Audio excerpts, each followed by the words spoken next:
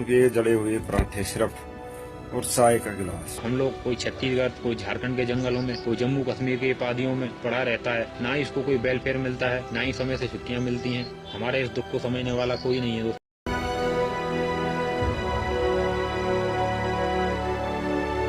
ये जले हुए पराठे सिर्फ और चाय का गिलास। हम लोग कोई छत्तीसगढ़, कोई झारखंड के जंगलों में, कोई जम्मू कश्मीर के पहाड़ियों में पड़ा रहता है। ना ही इसको कोई वेलफेयर मिलता है, ना ही समय से छुट्टियां मिलती हैं। हमारे इस दुख को समझने वाला कोई नहीं है दोस्तों।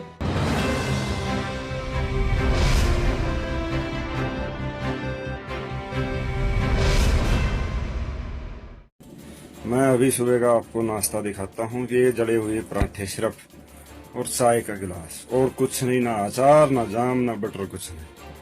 ये है 29/29 BSF का जवानों का नाश्ता। अभी मैं आपको दिखाता हूँ BSF की, ये देखो दाल, सिर्फ हल्दी नमक और कुछ नहीं इसके सिवाय।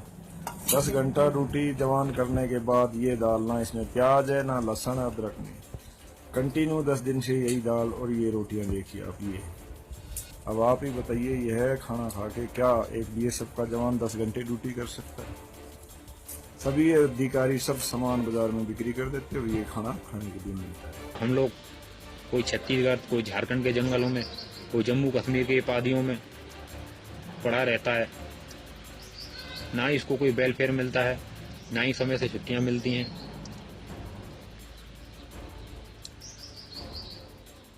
हमारे इस दुख को समझने वाला कोई नहीं है दोस्तों। ये वीडियो तो आपने कभी ना कभी जरूर देखी होगी। ये वीडियो काफी पुरानी है, तकरीबन 7 साल पुरानी। अब आप सोच रहे होंगे कि हम आपको ये 7 साल पुरानी वीडियो क्यों दिखा रहे हैं। ये मैं आपको वीडियो में आगे बताऊंगी, लेकिन अभी बात करते हैं उस पर जो इस वीडियो में दिखाया जा रहा है। ये है हमारे जवान जिन्हें खाने में और व्यवस्था में कमियां नजर आ रही हैं। एक जवान तेज बहादुर है जो बता रहे हैं कि जवानों को खाने में सूखी रोटियां दी जा रही हैं, नाश्ते में सिर्फ रोटी, जले हुए पराठे और चाय दी जा रही है, दाल पानी जैसी है। दूसरे हैं CRPF के कांस्टेबल जीत सिंह जो व्यवस्था से त्रस्त हैं। लेकिन ये लोग ऐसा क्यों कर रहे हैं? इनके पास इतनी हिम्मत आखिर आई कहां से कि देश की छवि खराब कर रहे हैं? क्या ये देश की सुरक्षा के लिए रूखा सूखा खाना नहीं खा सकते हैं? इन जवानों ने तो देश की इमेज बिगाड़ने में कोई कसर नहीं छोड़ी। लेकिन इन्हें हमारे चुनाव आयोग से जरूर कुछ सीख लेनी चाहिए, जो जवानों को वर्ल्ड क्लास की सुविधा दे रहा है। कौन सी सुविधा? चलिए दिखा देती हूँ। भाइयों और बहनों, दिल थाम कर बैठिएगा, क्योंकि जवानों को दी जाने वाली सुविधाओं को देखकर आप कहेंगे कि वाह क्या बात है, मेरा चुनाव आयोग तो महान है, क्योंकि शायद ही कोई ऐसा देश हो जिसके जवानों को इस तरह की सुविधा मिलती हो। लीजिए देखिए, ये भी देखिए, अरे अभी और है, ये देखिए, और भी है, वो आपको आगे दिखाऊंगी। लेकिन पहले मुझे बताइए, बिल्कुल टॉप क्लास की सुविधा है ना दोस्तों? इस टॉप क्लास की सुविधा की हर एक पोल, हर एक लेयर आपको अच्छे से खोल कर आज दिखाऊंगी। ये देखिए हमारे जवानों को कैसे रिक्शा पर बैठे जा रहे हैं। इनमें से एक अधिकारी लेवल के भी हैं। रुकिए आपको फोटो जूम करके दिखाती हूँ, सितारे आपको नजर आ जाएंगे। हाथ में बंदूक लिए खुली गाड़ी में जाते हुए एक अलग ही शान दिख रही है। हो सकता है विपक्ष इस पर सवाल करे, चुनाव आयोग को घेरे में ले। हो सकता है कि आपको भी ये सुविधा पसंद ना आई हो, लेकिन आपको और विपक्ष को ये नहीं दिखेगा कि 5 पहियों की इस इलेक्ट्रिक गाड़ी से नेचर फ्रेंडली होने का भी तो मैसेज जा रहा है। ऊपर से खुली हवा, धूप, प्रकृति के मजे भी तो ये जवान ले रहे हैं इस हाई क्लास सवारी पर बैठकर।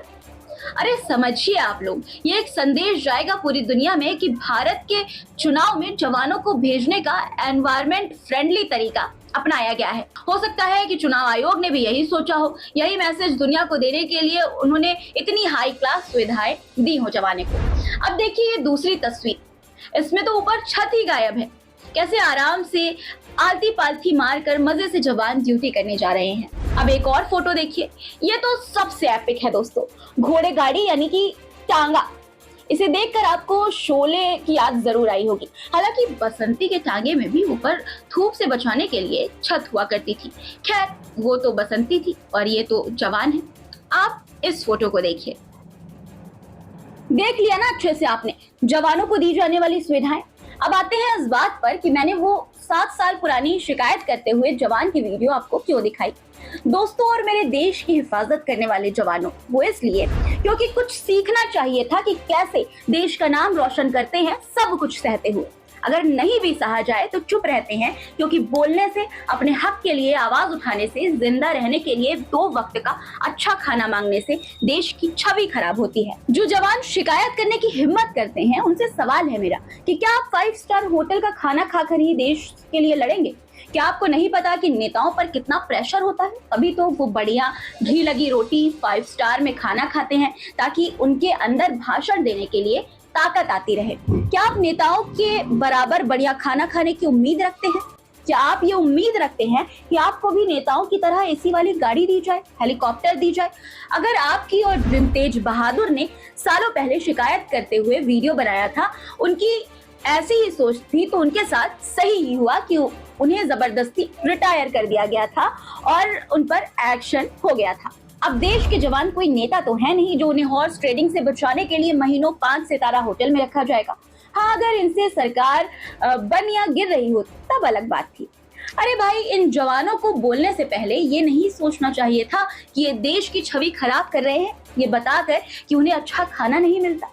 क्या शिकायत करने वाले जवानों को उन नेताओं से नहीं सीखना चाहिए जो विपक्ष में रहकर संविधान को बचाने की बात करते हैं, और जैसे ही उन पर घोटाले का आरोप लगता है, ईडी सीबीआई के छापे पड़ते हैं, फिर वो सत्ताधारी पार्टी ज्वाइन कर लेते हैं ताकि इन पर जो दाग लगे हैं वो साफ हो जाए और उनसे देश का नाम ना खराब हो। अब भैया आप ही बताइए, किसी नेता पर दाग लगेगा तो बाहर क्या संदेश जाएगा? यही ना कि भारत के नेता इतना घोटाला करते हैं, इसलिए अच्छा है कि सत्ताधारी पार्टी ज्वाइन करके वॉशिंग मशीन में धुल ही जाए। अब बताइए, जब शिकायत करने वाले तेज बहादुर को भी बीजेपी की तरफ से ऑफर आया था तो क्यों मना कर दिया था उन्होंने? अरे ज्वाइन कर लेना चाहिए था, मजे में रहते, खाना पानी भी बढ़िया मिलता और ये भी मिलता। लेकिन नहीं, चले गए समाजवादी पार्टी से चुनाव लड़ने और हार गए। पूरे 2 साल हो गए मेरे खिलाफ साजिश पे साजिश रच रहे हैं। जैसे कि बीच में मेरे बच्चे की हत्या है एक किस्म से, उसकी कोई जांच नहीं, इस तरह की साजिशें रच रहे थे। मुझे ऑफर, जैसे जिस तरह से मुझे ऑफर दे के तोड़ने की कोशिश की है, 50 करोड़ तक के ऑफर मुझे दिए गए, आप 50 करोड़ रुपए ले लो, आपको मार दिया जाएगा। काफी दबाव मुझे पूर्ण था कि अपने जितने भी इनके हथकंडे अपनाएंगे लोग, हर तरीके से हथकंडे अपनाए। तेज बहादुर अगर चुप रहते तो तमाम मुसीबतों से बच जाते, उन पर इंक्वायरी ना होती, जबरदस्ती रिटायरमेंट ना देनी पड़ती, फिर उन पर कार्रवाई ना होती, और तो और उनका बेटा जिंदा होता जिसने संदिग्ध परिस्थिति में आत्महत्या कर ली। कम से कम उन्हें अग्निवीर वालों से कुछ सीखना चाहिए जो कितने जोश और खरोश से भर्ती हो रहे हैं। उन्हें ना अपनी नौकरी का पता है, ना भविष्य का, और ना ही आगे सम्मान मिलेगा या नहीं इसकी गारंटी, लेकिन सब मोदी जी के कहने पर धड़ाधड़ भर्ती होते जा रहे हैं। कम से कम तेज बहादुर जी, इनसे तो सही थी आपकी पोजीशन, वरना सोचिए आपको अग्निवीर बना दिया जाता तो क्या होता। मानते हैं पेंशन आपको भी नहीं मिलती है, लेकिन देश के कोने कोने में जाकर त्योहार हो या चुनाव या फिर कोई भी सुरक्षा की बात आपको भेजा जाता रहा है ना।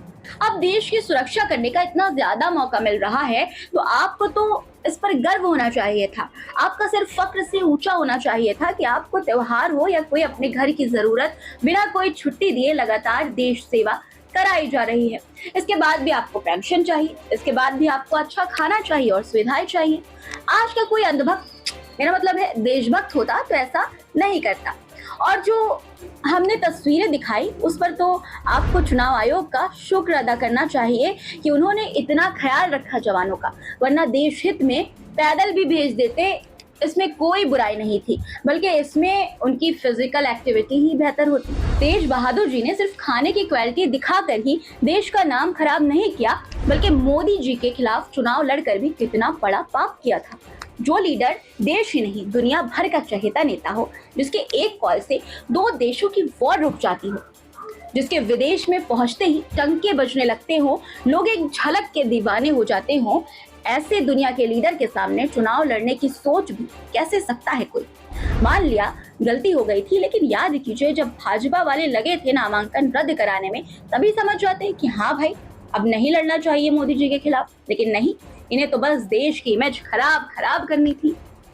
अब दो बड़े गुनाह किए हैं तो भुगतना तो था ही, तो भुगत रहे हैं। हाँ, अगर चुनाव लड़ना ही था तो बीजेपी से नहीं लड़ सकते थे क्या? कुछ सीखते जनरल वीके सिंह से, सीखते सुप्रीम कोर्ट के पूर्व चीफ जस्टिस रंजन गोगोई से, एक चुनाव जीते और सीधे राज्यसभा सांसद बन गए। जब सनी देओल, कंगना रनौत, अरुण गोयल, हेमा मालिनी, गौतम गंभीर, हंसराज हंस जैसे कलाकारों को टिकट मिल सकता है तो आपको क्यों नहीं मिलता? इन्होंने तो जनता की सुध नहीं ली, लेकिन आप तो एक्टिव हो, काम भी करते। लेकिन वही बात है ना, आपको तो देश की छवि खराब करनी थी। वो कहते फिर मैं सो गया, उसके बाद फिर मैं एकदम उठा तो मेरे को लगा कि नहीं यार आप गलत कर रहे हैं, आप गलत प्लेटफॉर्म पे हो, तो आप भारतीय जनता पार्टी में आई। आपने इनसे भी नहीं सीखा कि कैसे अचानक रात में सपना देखकर भी हालात बदल जाते हैं। मान लिया आपसे गलती हो गई थी तो क्या आपको सपना नहीं आता? ऐसे ही आप भी सोकर उठते और बदल जाते, कहते कि मैंने सपना देखा है, सारा खाना ठीक हो गया जो पहले खराब था, सारी सुविधाएं बढ़ा दी गई, इसलिए मैं बीजेपी ज्वाइन कर रहा हूँ। लेकिन क्या ही कहा जाए, अब मैं आपको दो तस्वीरों पर छोड़े जा रही हूँ दोस्तों। अभी आप दर्शकों के विवेक पर निर्भर करता है कि आप डिसाइड करें कि किस तस्वीर से भारत का सिर ऊंचा होता है और किस तस्वीर से भारत की छवि बिगड़ रही है। दोस्तों आज के लिए इतना ही, मुझे दीजिए इजाजत, अपना रखिएगा ख्याल और चैनल को